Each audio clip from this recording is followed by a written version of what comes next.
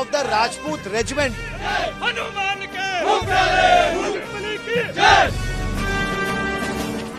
Valor, victory, and voices of heroism. This is where Pakistan had opened up in a big way after India targeted 9 terror camps and headquarters, including Murid Ke. Operation Sindoor is not yet over.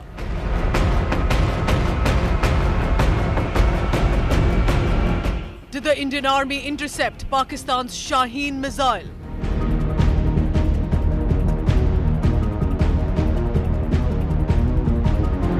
Unmissable exclusive details.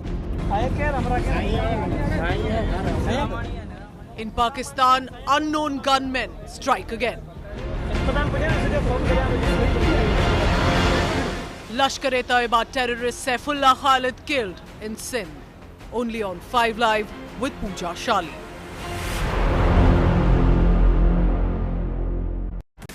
Good evening and welcome to 5 Live. I'm Pooja Shali and stay tuned for the next 1 hour because I'm going to tell you this multi-layered development that has come in with regard to one, India-Pakistan, but also a lot has been happening. And remember, Operation Sindoor is not over yet.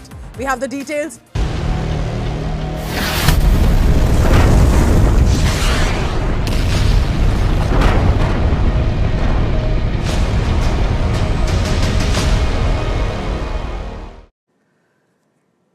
I begin 5 Live this evening with an important question that's emerging. Did Pakistan fire its longest range ballistic missile after India launched the Operation Sindoor? Now, there's a video that's been posted by the Western Command of the Indian Army and seems to suggest that Pakistan's missiles that were, and we do know about it, missiles that were repelled by the Sudarshan Chakra, as we are calling it, the S-400 anti-missile systems. The post appears to not be really standing right now. It appears to have been deleted, but this image of Pakistan's Shaheen missile is the highlight. It's going viral from that video. Pakistan's Shaheen has a reach of over 2,000 kilometers, enough to target many parts across India, including Andaman and Nicobar Islands, because that's also been a strategic asset for India. This missile can carry nuclear conventional warheads designed for rapid launch and survivability.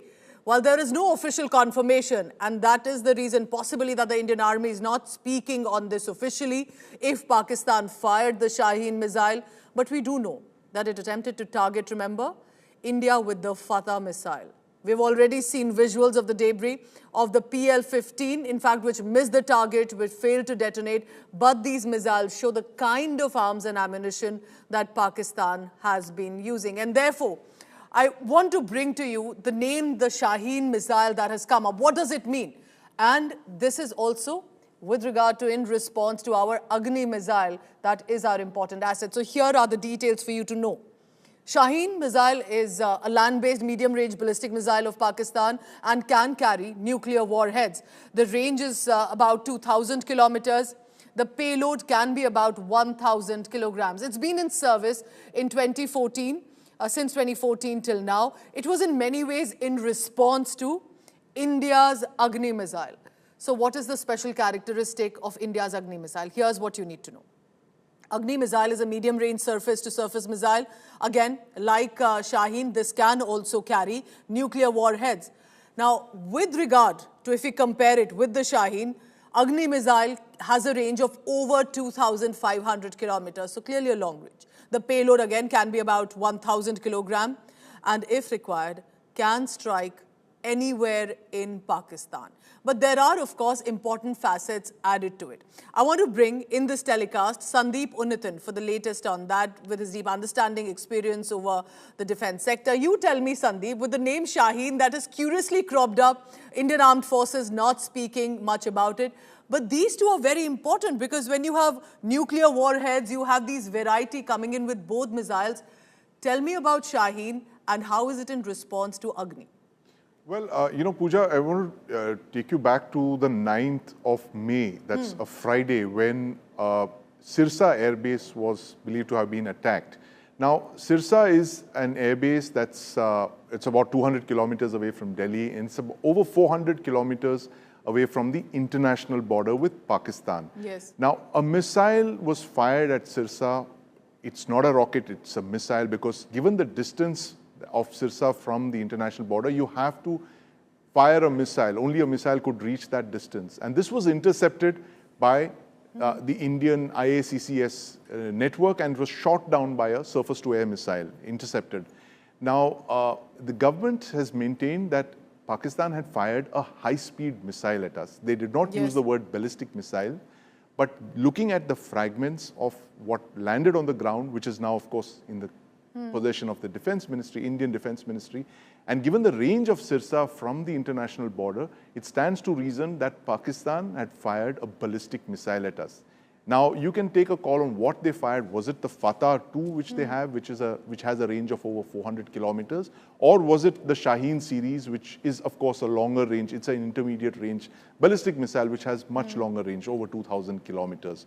So it is quite possible that one of these missiles was fired, most likely the Fatah. We don't know whether a Shaheen was actually fired. All we have is that Army's Western Command video, which actually showed a small clip of a Shaheen missile launch, suggesting that that was possibly also used in the conflict. We have no confirmation of that yet. Okay. But the fact is that the Shaheen is a series of Pakistan missiles. It is their longest ranged missile. It can, as you mentioned, target parts of Andaman and Nicobar Islands, most of India, or the entire Arabian Peninsula, and also, importantly, Pooja, it can also target Israel. So it's not just India, but also Israel, which is within strike range. So there's two countries that must worry about this capability that Pakistan has built up over the last decade.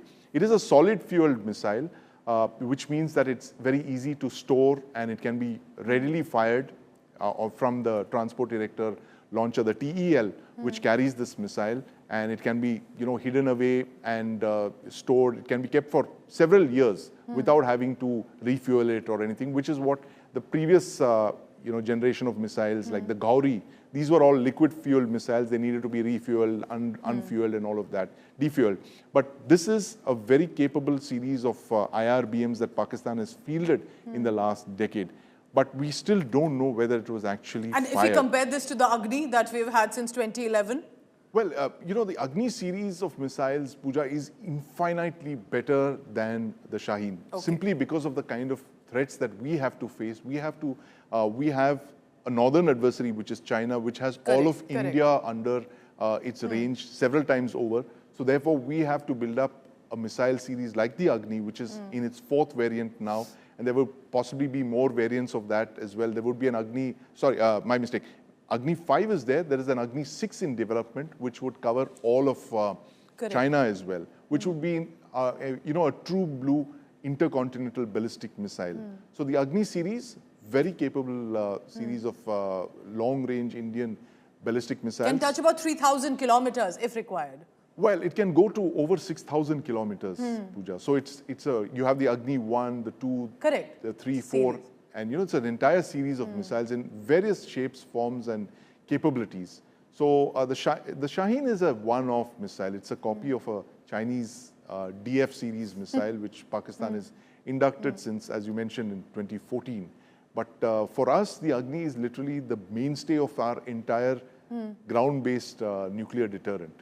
But when I look at these visuals and I look at how prepared we have to be, considering the kind of adversaries we have as our neighbor nations, but I can't help but reiterate to the viewer, Sandeep, as we were tracking Operation Sindoor, how the missiles from Pakistan were targeting not just our strategic assets, but attempting to target possibly our civilian areas too, had it not been intercepted in time. Whether we talk about the swarm of drones, whether we talk about the missile attacks, Pakistan did not differentiate. Had it not been for India's defense systems, there could have been a casualty of a higher number. Absolutely. Pooja, I believe that if that Fatah had not been intercepted by our air defense systems and shot down, it could possibly have hit civilian areas, and it fell in the proximity. Sirsa Air Base is near a very densely populated civilian area, and fortunately, for all of those people living around the base, that missile fell on an empty ground, an empty field. No lives were lost, no casualties reported. But this is Pakistan for you, highly irresponsible. True. The first time that a nuclear-armed country has fired a ballistic missile at another nuclear-armed state. I mean, this has never happened before.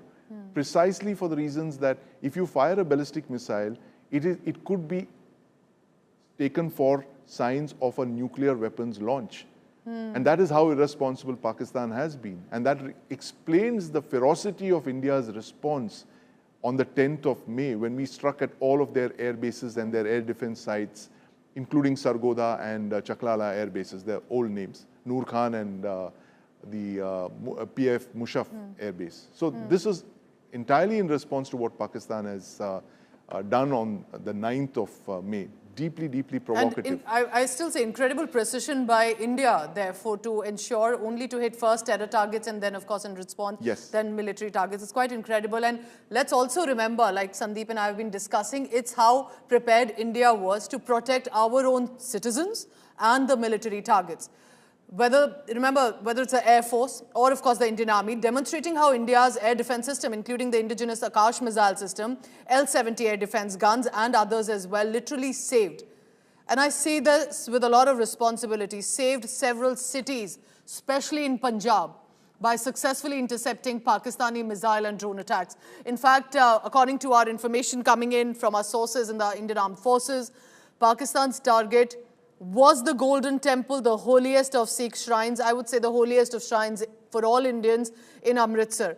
It was the air defense system ensuring that one of these holiest shrines remained untouched. Even though, remember, there was a brief blackout that had happened, never before seen, of the Golden Temple, Harmandir Sahib also as it is called. But Pakistan chose to launch numerous missile and drone attacks targeting even civilian areas in Punjab. Some of the evidence of it on your screen, where the debris, or whether it's of missiles or drones, were noticed.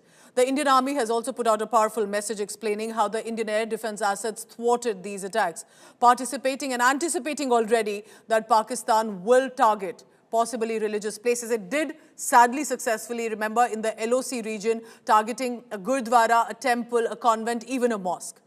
The Golden Temple is one of the most prominent and thankfully was protected. Indian Armed Forces, therefore, are mobilizing additional modern air defense assets, already have done so, to give a more holistic air defense umbrella, especially as a cover to the Golden Temple. Indian air defense systems, including Akash missile system, L-70 and more, continue to stand guard. I'm talking about the 8th of May. Pakistan carried out a massive air assault toward Punjab, right on the border. India and its forces were alert, prepared. Pakistani drones and missiles were shot down, and how? 7 मई की रात को हमने पुख्ता जानकारी मिली कि पाक किसी भी उचित और वैध टारगेट के ना होने के कारण भारतीय सैन्य ठिकानों को और सिविल इलाकों को, खास तौर पे धार्मिक स्थलों को निशाना बनाएगा। इसमें अमृतसर में स्थित गोल्डन टेम्पल सबसे अहम था। हमें अतिरिक्त जानकारी ये भी मिली कि गोल्डन टेम्पल के ऊपर वो भारी तादाद में ड्रोन और मिसाइल से हमला करेगा। इसीलिए हमने तुरंत आधुनिक, अतिरिक्त एवं उपयुक्त एयर डिफेंस को उपलब्ध कराया और रणनीति के अनुसार गोल्डन टेम्पल को चारों ओर से एयर डिफेंस की सुरक्षा दी गई। 8 मई की सुबह को अंधेरे में पाक ने अनुमान अनुसार ड्रोन और मिसाइल के जरिए से सभी सैन्य एवं सिविल ठिकानों पे और खास तौर पे गोल्डन टेम्पल पे भारी तादाद से ड्रोन का हमला किया। क्योंकि हम इसके लिए तैयार थे, तो भारतीय सेना के आर्मी एयर डिफेंस के सतर्क और सशक्त योद्धाओं ने पाकिस्तान के नापाक इरादों को पूरी तरीके से ध्वस्त करते हुए ड्रोन और मिसाइल हमले को पूरी तरह से विफल कर दिया। I want to go back to Sandeep Unithan for the latest on that. Sandeep, what are you hearing about especially, and I can't imagine this, targeting not just Amritsar, civilian areas, but the Golden Temple, and why do you think Pakistan wouldn't want to even differentiate at this point at all? Well, Pooja, it's part of the Pakistan Army's playbook. You have none other than the Army Chief of Pakistan talking of a two-nation theory and, attempting to sow divisions here, striking the way they did at Pahalgam by, distinguishing on the basis of religion, killing those 26 innocent people. This was entirely designed to create, foment communal insurrection within India and to, foment disturbances. And this is what they plan to do, to strike at the Golden Temple. Again, another highly irresponsible and dangerous, if I may call it, provocation, by trying to strike one of the holiest shrines of Sikhism, that's the Golden Temple. And which is why India knew that this was, going to be the playbook, and that's why they deployed the kind of air defense assets Air defense assets of the Air Force, I know for a fact, and the Indian Army, as General Sheshadri mentioned, were deployed there on the ground to protect the Golden Temple from these kind of attacks. Because, you know, Pakistan is used to fighting this kind of unconventional war. And as we've discovered in the last couple of days, Pooja, the lines between the non-state actors and the state actors have been blurred. That one photograph tells you everything, where you have the Pakistan military giving some kind of a state funeral to a terrorist. That itself tells you the mindset of the Pakistan military, that they will do anything to fight India, whether it's, you know, fomenting communal disturbances or striking at shrines. You've seen the kind of shrines that have been stuck along the line of control in Jammu and Kashmir. Convents have been attacked, gurdwaras have been attacked. So it's all part of the Pakistan Army's irregular warfare strategy. And where else do they hit? Because India doesn't have terror targets, it doesn't have terrorism being sponsored, so it would be either military or even civilians. And that is something to remember and ponder upon, the kind of rogue neighbor nation that we are dealing with. Yeah. Thank you very much, Sandeep Unnithan, for expertise and informing us about what exactly is happening with regard to Pakistan. We'll continue to track developments coming in. Operation Sindoor is not yet over. The details also continue to pour in from our sources. Meanwhile, what's happening? How is India pushing this ahead? It's the big diplomatic power push in Europe this time. External Affairs Minister S. Jaishankar is on a 3-nation Europe visit, and there's a reason for it. The visit is going to be to Netherlands, Denmark, and Germany. The External Affairs Minister has met a delegation already from Netherlands and has said, I quote him here, a good exchange of views with strategic experts this morning in The Hague, also discussing why India and the Netherlands or the European Union should engage more deeply in an era of multipolarity, strategic autonomy. All of this, remember, is a visit to Europe for the reason that India wants to go ahead with a strategic engagement, inform the world about what Pakistan truly is about. Amid all of this, Pakistan is also trying to do information warfare, so who have they decided? Their Pakistani counterpart, their foreign minister, who's also the deputy PM, is scrambling for support to China. Remember, China and Pakistan, not just with regard to arms and ammunition, but political diplomatic support have come in against India. Pakistan's Deputy Prime Minister Ishaq Dar has also departed for a 3-day visit to Beijing. But I also want to tell you that China didn't just come out in terms of statements. They provided missiles that were seen in Hoshiarpur, failed to detonate, reflective of the kind of ammunition that is being sold to Pakistan, but also their HQ-9 defense system that was jammed easily, that was damaged by the Indian attacks. All of this, remember, while their supplied missiles, sources have told India today, was thwarted and managed by satellites of AWACS outside Pakistan. This Pakistan-China fusion operation made PL-15 show up on the Indian radar as well. Remember that we have been protected by our air defense systems. Otherwise, Chinese-supplied ammunition to Pakistan was ready to wreak havoc on our Indian cities and civilians. But I want to tell you about Pakistani counterpart. Why it's kind of hilarious when you compare the foreign ministers at this juncture. Both are attempting to reach out to different countries, sure. Ishaq Dar, you must know, in case you've forgotten. Remember 29th April, barely a few days ago, Pakistan's Deputy Prime Minister acknowledged in the parliament, on camera, removing the name of the Resistance Front from the UNSC statement that was condemning the Pahalgam massacre where 26 innocent men were shot dead point-blank range. TRF, ladies and gentlemen, have claimed responsibility openly. It's a terror outfit. Responsibility in the Pahalgam massacre. It retracted from the statement after panic set in and the international furor that followed. The Resistance Front, and I say that in quotes, has launched attacks repeatedly since 2019, since the abrogation of Article 317 JNK, attacking the armed forces, civilians, attacking little children across Jammu Kashmir. That is a terror outfit that Ishaq Dar, the Deputy PM, the Foreign Minister of Pakistan, was boasting about. He said this is a resistance forum that has come in against India. Can you imagine a Pakistan Deputy Prime Minister, Foreign Minister expressing support to the TRF? Let's be clear that he has said it on record. Then comes in 16th May. He again returns to the parliament and boasts that a Western media newspaper, the Daily Telegraph, has published a cover story. And that is about Pakistan Air Force, of how they are turning victorious in the sky. Only there is no cover story of that nature. It was photoshopped. The deputy PM of a nation was flaunting about a photoshopped, photo-edited Western media article to show how they're supporting Pakistan. And it was his own local newspaper in Pakistan, The Dawn, we are told, that had to fact-check their own deputy PM. This is the man who's going to China to do more fakery to try and convince them why they need to support Pakistan. So that is what is meanwhile happening to them politically. I want to tell you what's happening across the border on the sidelines. A top Lashkar-e-Taiba terrorist has been found dead. What happened? This Lashkar-e-Taiba operative, Saifullah Khalid, was found dead in Pakistan's Sindh. Saifullah Khalid, you should know, has been accused of orchestrating several high-profile terror attacks. He was killed by some unknown assailants in Sindh in Pakistan.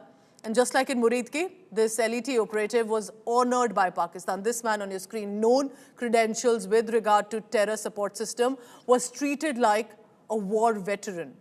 At his funeral, Saifullah's body was seen wrapped in a Pakistani national flag. His funeral was attempted by Lashkar-e-Taiba terrorists. There is a deep connect that comes in of Saifullah Khalid with regard to Nepal to Pakistan. That is the news coming from across the border. Top Lashkar-e-Taiba operative accused of orchestrating several high-profile terror attacks, found dead in Sindh, killed by unknown assailants, connecting his shelter in Nepal to Pakistan.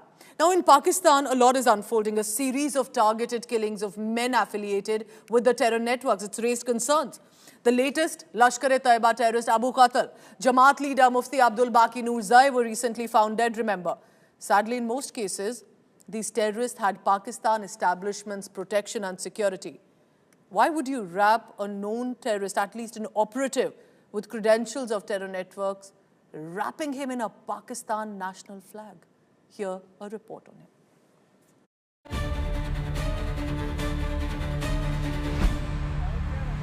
This is Lashkar-e-Taiba terrorist Saifullah Khalid, once dreaded by many and mined behind numerous attacks in India, lying on the ground, bleeding, dying. He was gunned down by unknown gunmen in Sindh's Badin.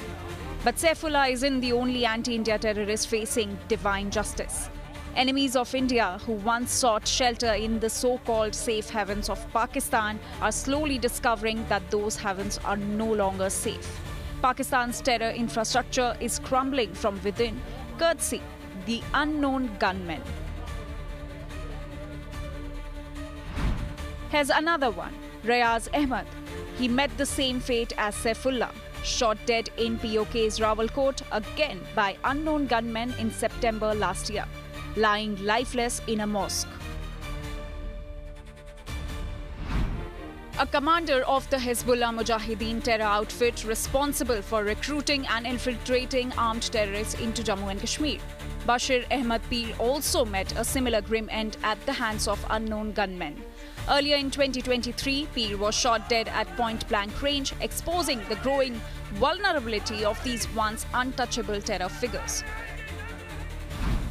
Al-Badr's commander Syed Khalid Raza and Jaish-e-Mohammad's mystery Zahoor Ibrahim, one of the hijackers of Indian Airlines flight IC-184, were also eliminated in separate attacks in Karachi, again by unknown gunmen.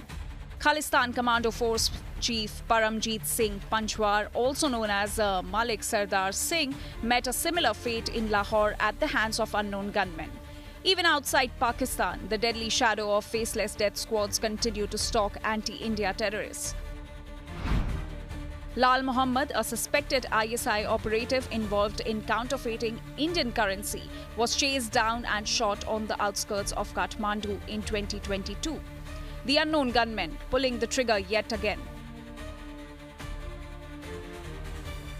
A spooked Pakistan has been pointing fingers at India's research and analysis wing for orchestrating these killings, even blaming Bablu Srivastav, a former gangster serving a life term in Bareilly jail.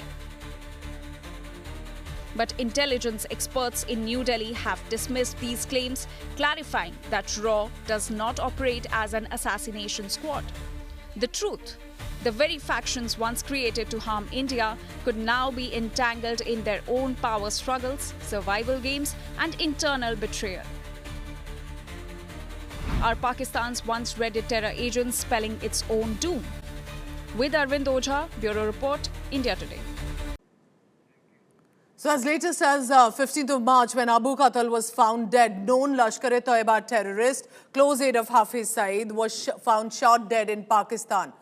Unknown assailants targeting terrorists, going after them. What's happening across the border? Riaz Ahmed, 8th of September, this was 2023. Remember, again, associated with Lashkar-e-Toiba. Their headquarters, remember, in Murid K were targeted in the strikes as well. He was also found shot dead in Pakistan-occupied Jammu Kashmir. But it's not just about terrorists based in Pakistan. It's also the ones they are sheltering. Harmeet Singh, known Khalistani extremist, was on the radar. He was found dead in Lahore. This, remember, happened in 2020 when there was a series of targeted killings of those with criminal networks. Paramjeet Panjwar, remember, again, 2023, this was a big name. A Khalistani commando force leader was found shot dead in Lahore, in the city. One Amit Sarfaraz, 2024, barely a year ago, and was being seen as the killer of Sarbjeet Singh. He was shot dead in Lahore by unknown gunmen. And now the latest, Saifullah Khalid. In 2025, 18th May, top Lashkar-e-Toiba operative was living in Nepal for the longest time, recently had come and made his base in Pakistan. He had been accused of plotting the Rampur CRPF and RSS headquarters attack, IISC Bengaluru attack as well, was shot dead in Pakistan barely few days ago. Unknown assailants strike again in Pakistan. What's happening?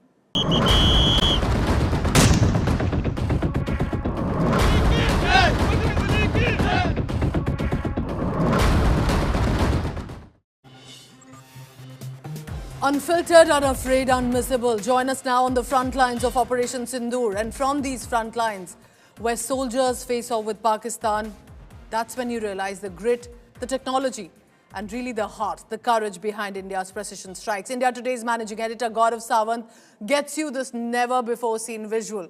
The men and women in uniform with regard to how they stand guard at the international border in Jammu. These are interesting, important conversations, remember, as he spends time with the soldiers who pushed back against Pakistan's attacks.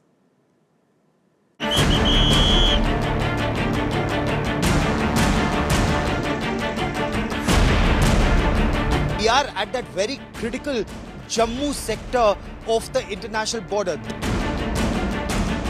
There was Lanka Dehen.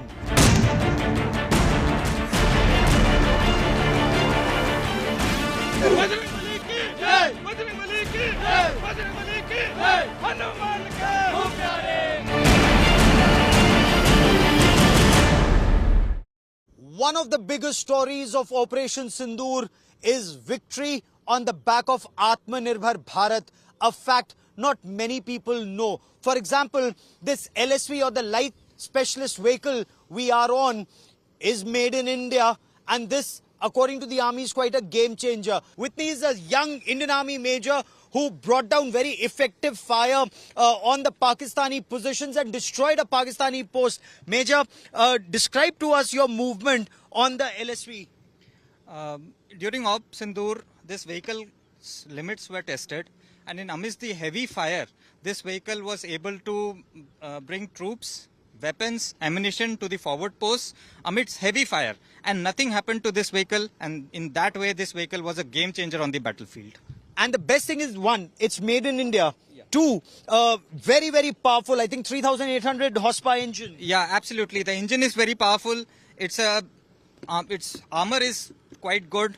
Bullet doesn't penetrate through it, and the shells, the splinters, they do nothing. It has no effect on this vehicle. During Op Sindoor, how did you use this vehicle, and especially in this area? This was one of the worst impacted areas along the international border. Absolutely. This vehicle, as you can see the terrain is quite undulating. It is full of marshy land. You can see it's a desert kind of terrain. And in this terrain, this kind of vehicle, which requires heavy off-roading, this vehicle proved to be a game changer. And induction of troops, induction of ammunition was done on this vehicle. And with the help of that, we were able to bring down effective fire on the enemy and completely destroy enemy's forward posts. The army had to move some of its mortars to be able to strike deeper into enemy territory and in the line of fire. So you had one team that was crouching, literally running in the line of fire, shifting its enemy mortars. The other team on this was quickly moving men and material, and also this is capable of firing that Concorde missile. Yeah, while we were moving from one place to another place, and we were simultaneously utilizing our anti-tank weapons from this vehicle also, which because of which the enemy's fire got silenced, and we were able to effectively pin down the enemy and bring down heavy fire on the enemy. The ingenuity of the Indian mind, the jugaad when required, this can be used to fly drones to keep an eye on the enemy.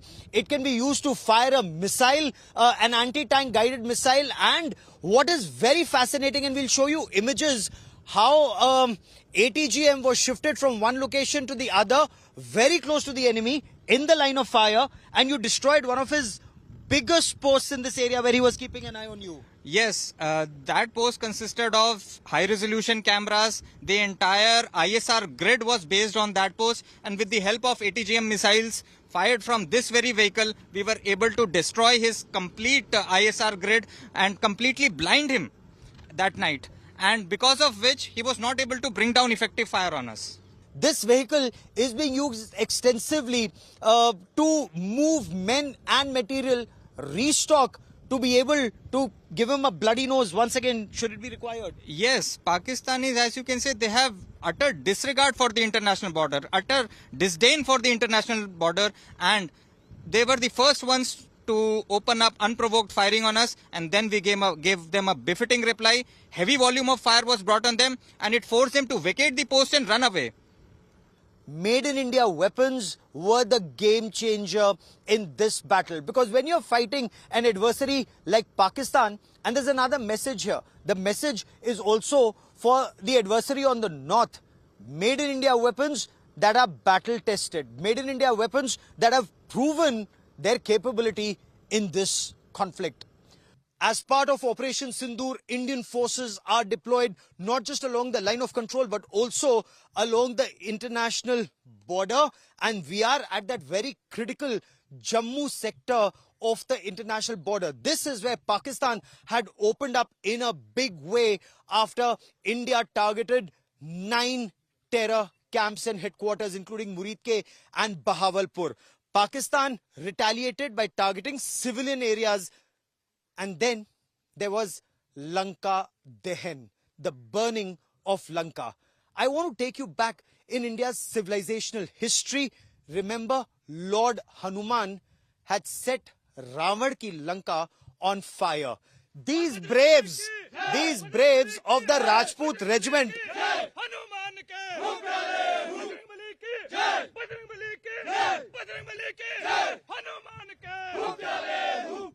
these are braves of the Rajput regiment, and their motto is Bajrang Bali ki Jai, Hanuman ka hoon pyare hoon. And with me is the team leader of these braves.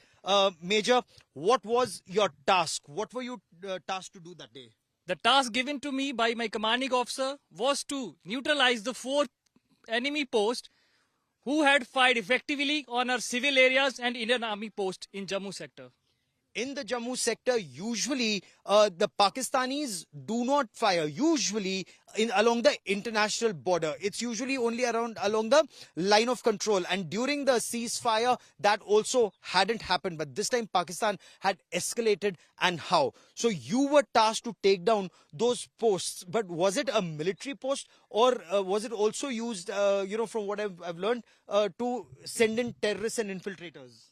Out of those 4 posts, 2 were the hybrid posts, which were used as launch pads by terrorists to infiltrate into our country. And how did you acquire, the target? How did you destroy them? What can you tell us? We used both our direct and indirect weapons to neutralize and mix all those 4 posts of enemy with soil. And which is exactly what even the Prime Minister had said, आतंक की जड़ों को मारेंगे और मिट्टी में मिला देंगे आतंक की जमीन को, or words to that effect. Any inputs, any assessment of the impact? Of course, we've all seen images and they're playing out on India Today right now. Images of those posts on fire. But what was the damage across? As per our sources, we were able to inflict near about 18 to 20 casualties onto the enemy. And these are 18 to 20 fatalities. Fatal casualties. 18 to 20 Yes, fatals. yes. Regulars, irregulars?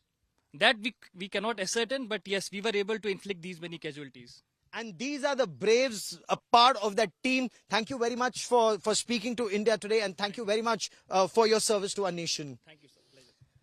So these are the braves. Remember, terror has to be targeted at source. For decades, India had been saying, especially after, you'd recall, when Kaluchak was targeted. Kaluchak is a military station. When Pakistani terrorists targeted Indian families, they attacked our parliament. They repeatedly said Pakistani territory will not be used for terror against India. But 26/11 Mumbai terror attacks, Pulwama, Pahalgam, Pathankot, Nagrota, there's a long list. And the army, once the government decided that terror had to be destroyed at source, these were the weapons that were used along with others, not just to target Pakistani posts that aid and abet infiltration and terrorism here, but also the headquarters of terror at Muridke, at Bahawalpur, and Pakistan Army, whether it's Noor Khan or Jacobabad or Sargodha or Rahim Yar Khan, from Pakistan-occupied Jammu and Kashmir, Skardu, down to Sindh. That's the way India responds to terror now, the new normal.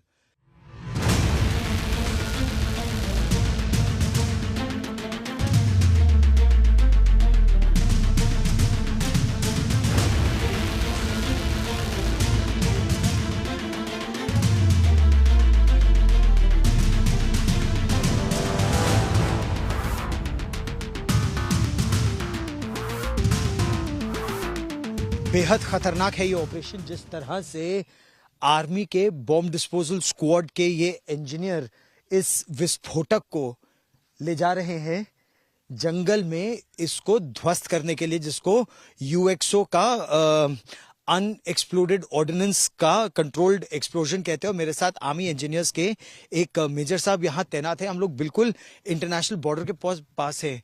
ये यूएक्सओ, ये जो बम है, ये किस तरह का विस्फोटक है जो मिला? ये एक HE है जो कि 81mm मोर्टार का राउंड है, और ये आज सुबह 10 बजे हमारे विलेज के पास से विलेज मैन जब खेतों में काम करने जा रहे थे तब उन्होंने बताया कि हमें ये मिला है, और क्योंकि हम वहीं डिप्लॉयड थे तो हमें बताया गया।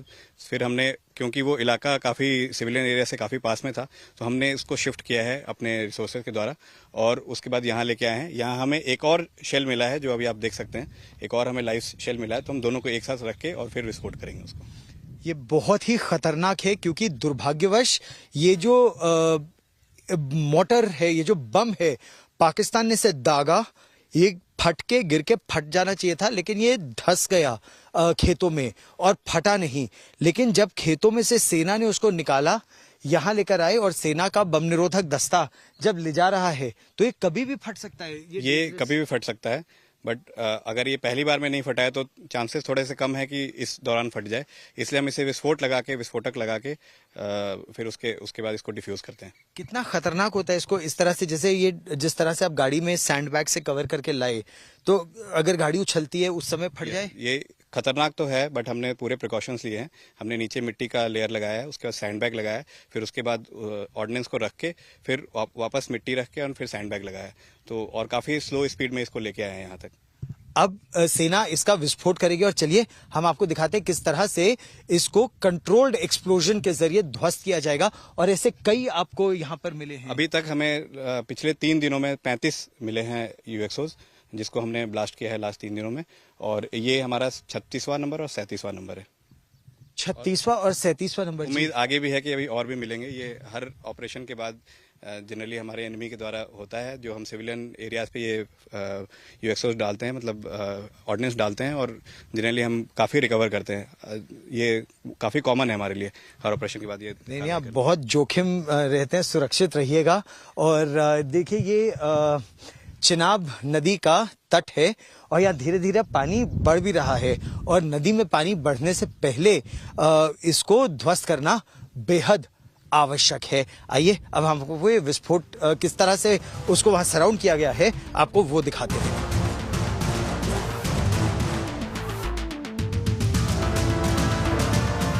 और जैसा आप देख सकते हैं इस समय ये चिनाब नदी के पानी के पास यहाँ पर एक जिंदा बम है, उसका फिन भी उसके साथ है। किस तरह का विस्फोट है ये 81 mm मोटार का राउंड है। जब भी हमें ऐसा राउंड मिलता है तो हम उसके आसपास डिगिंग करते हैं। हमें ये चीज़ ध्यान में रखनी होती है कि हमारा डिगिंग टूल उसे टच ना करे। अभी डिग करते हुए जब मैंने इसको बाहर निकाला तो मैंने इसमें देखा कि इसका फिन उससे अलग हो रखा है, जो कि मैं अभी आपको वहाँ से निकाल के दिखाऊंगा, जिसके ऊपर हमें प्रिंटेड भी मिल सकता है कि कहाँ का बना हुआ है। जी।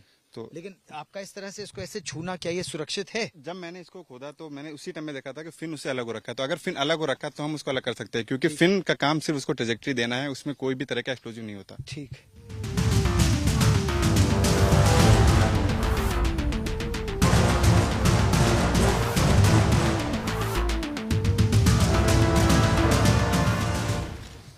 इसमें आप देख सकते हैं लॉट नंबर लिखा हुआ है, जिसमें पीयूएफ जो कि पाकिस्तान ऑर्डिनेंस फैक्ट्री के पीछे भी राउंड पे सिमिलरली प्रिंटेड है। तो देखिए एक तरह से कहा जाए तो ये सबूत है पाकिस्तान की सेना लॉट 34 पीओएफ, मतलब लॉट 34 पीओएफ 15 यानी 2015 का मैन्युफैक्चरिंग है इसका, पाकिस्तान ऑर्डिनेंस फैक्ट्री का, और ये ठीक से उन्होंने फायर नहीं किया। जी हाँ, इसीलिए जी हाँ। और ये जो राउंड है इसको अब यहाँ से हम टच नहीं करेंगे, इसीलिए इसके ऊपर हम एक्सप्लोजिव लगाएंगे, जो हम मॉडुलर चार्ज लेके आए हैं, एक्सप्लोजिव लगा के इसको हम इन सीटू ही उड़ा देंगे। ठीक। तो एक बम देखिए और मिला है, और एक ये बम ये मिला है 81 mm मोटर, जो पाकिस्तान की सेना का इन्फेंट्री वेपन है। कितना खतरनाक है इसका इस तरह का जिंदा मिलना? इसका जिंदा मिलना तो बेसिकली यहाँ पे मिलना तो इतना खतरनाक नहीं था, क्योंकि ओपन ग्राउंड है, पर यही अगर किसी गांव है उसके आसपास गिरता और विस्फोट होता तो बहुत ही हानिकारक हो सकता था। 81 mm मोटर बेहद खतरनाक होता है, क्योंकि इसके बाद हालांकि पाकिस्तान की सेना के पास 120 मिलीमीटर के मोटर्स भी हैं, और अगर भारत के पास की बात करें तो भारत के पास 82 mm मोटर्स के अलावा फिर आपके पास 105 mm फील्ड गन शुरू हो जाती है, और फिर 120 अगर पाकिस्तान फायर करता है, क्योंकि मोटर है तो ठीक है, वरना 155 मिलीमीटर तोपखाना उसके बाद खुल जाता है, और तब पाकिस्तान बिलबिलाने लगता है।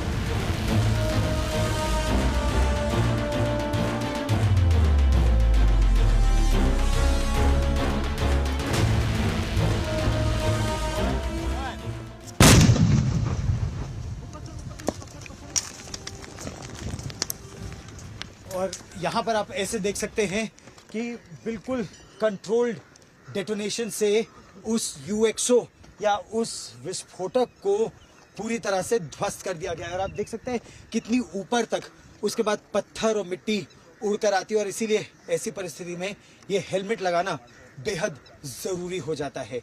इस तरह के 36 विस्फोट अब तक हो चुके हैं, और लगभग हर कुछ घंटों में एक गांव से खबर आती है कि वहां और विस्फोटक पाए गए हैं। इंजीनियर्स, सेना के इंजीनियर्स, जिनके लिए कहा जाता है first in battle last out, उनका ऑपरेशन अभी भी चल रहा है। This is only an excerpt. Tonight, 8 p.m, watch Gaurav Sawant. Full in action, the world exclusive coming up. Meet the women and men in uniform to help you understand the heroes of Operation Sindoor.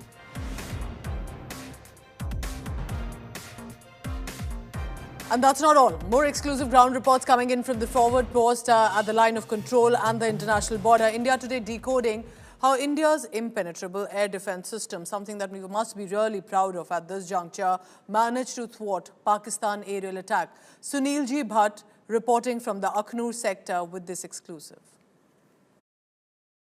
After the success of Operation Sindoor, India Today has now reached ground zero in Jammu and Kashmir's Akhnur sector. We are right now exactly at the line of control, and behind me you can see our forward posts.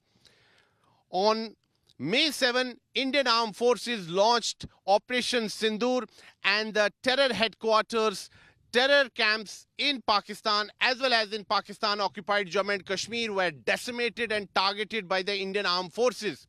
Congratulations on the success of Operation Sindoor. Can you just give us details about this operation, how it was executed here on ground at the line of control? Yes, I'll just start by a line. कि गोली उन्होंने चलाई थी पर धमाका हमने किया। Operation Sindoor was not a reaction. It was a calculated and mission oriented strike. हमारा इरादा बिल्कुल क्लियर था। पाकिस्तान के टेरर कैंप्स और वो पोस्ट जो इन्फिल्ट्रेशन में हेल्प कर रही हैं उन्हें प्रिसाइज टारगेटिंग द्वारा बर्बाद करना है।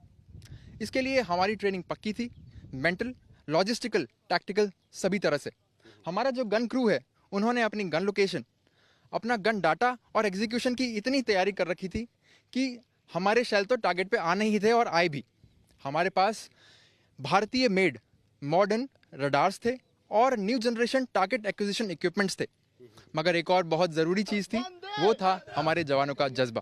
The army camps of Pakistan located in Pakistan occupied Jammu and Kashmir were decimated, were pounded by the artillery fire of the Indian Army. Here you can see the Josh and Jazba of our Indian Army personnel. These are the brave hearts who are here at forward posts like these.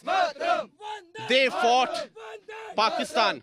They taught Pakistan a lesson. And it's because of their valor, sacrifice, that Operation Sindoor became a great success. मुझे बताइए कि ये जो artillery fire हमें खोलना पड़ा, पूरा जरा बताइए कि कब खोलना पड़ा और इसकी जरूरत क्या पड़ी? जब दुश्मन ने सीज फायरिंग का उल्लंघन किया और हमारे फॉरवर्ड पोस्टों को निशाना बनाने की कोशिश की, उस समय हमारा रिस्पॉन्स बिल्कुल स्ट्रॉन्ग, एक्यूरेट और इफेक्टिव था। हमारे गन से निकला हुआ हर एक गोला बिल्कुल सटीक और एक्यूरेट था। You can see the pieces of the drones. All the drones were damaged and destroyed by our air defense system. All the armed drones were turned into pieces. So this is the capability of our armed forces, that they were able to intercept all the drones that were sent by Pakistan. And not only the drones were intercepted, but the drones were shot down and brought down. These are the remains of those drones that were sent by Pakistan. With the help of L-70 air defense gun, we were able to intercept and neutralize the drones that were sent by Pakistan. This L-70 air defense gun is part of the larger Akash Tir air defense control system. You can see it can revolve around 360 degrees. So it can carry out precision strikes on the drones whenever the drones are spotted. And Pakistan sent hundreds of armed drones here in Jammu and Kashmir. The plan of Pakistan was to target our army camps. The plan of Pakistan was to also target our residential areas. But with the help of L-70 air defense gun, we were able to intercept the Pakistani drones. We were able to shoot down the Pakistani drones. So this air defense gun has come very handy during the Operation Sindoor, and we have been successful in foiling the nefarious designs of Pakistan. With video journalist Neeraj Kumar, this is Sunil Bhatt reporting from near the line of control in Jammu and Kashmir's Akhnur sector for India Today.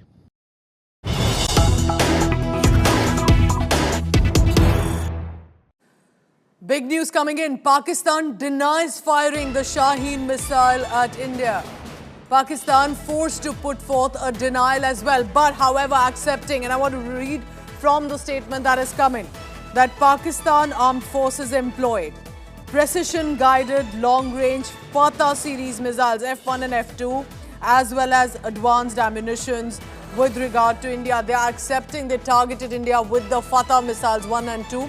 But also that, thankfully, was all intercepted just in time, which was aimed toward Hisar in Haryana, Punjab areas. These were the states that were attempted to be targeted by Pakistan. Pakistan accepting that they used precision long-range artillery. Remember, there's been complete denial of Pakistan when it comes to accepting the losses, the damage that it has faced. But because at a juncture like this, the Shaheen series missile, the long-range medium-range ballistic missile, was being speculated to have been used by Pakistan against India, though intercepted just in time. But for now, Pakistan forced to deny that it fired the Shaheen missile, but it is accepting, and this is as much on record. Remember, India had first mentioned that Fatah missiles have been used, they have been intercepted, but now Pakistan accepting used Fatah 1 and 2 at this juncture and other guided ammunition. Thankfully, our air defense system spotted it just in time.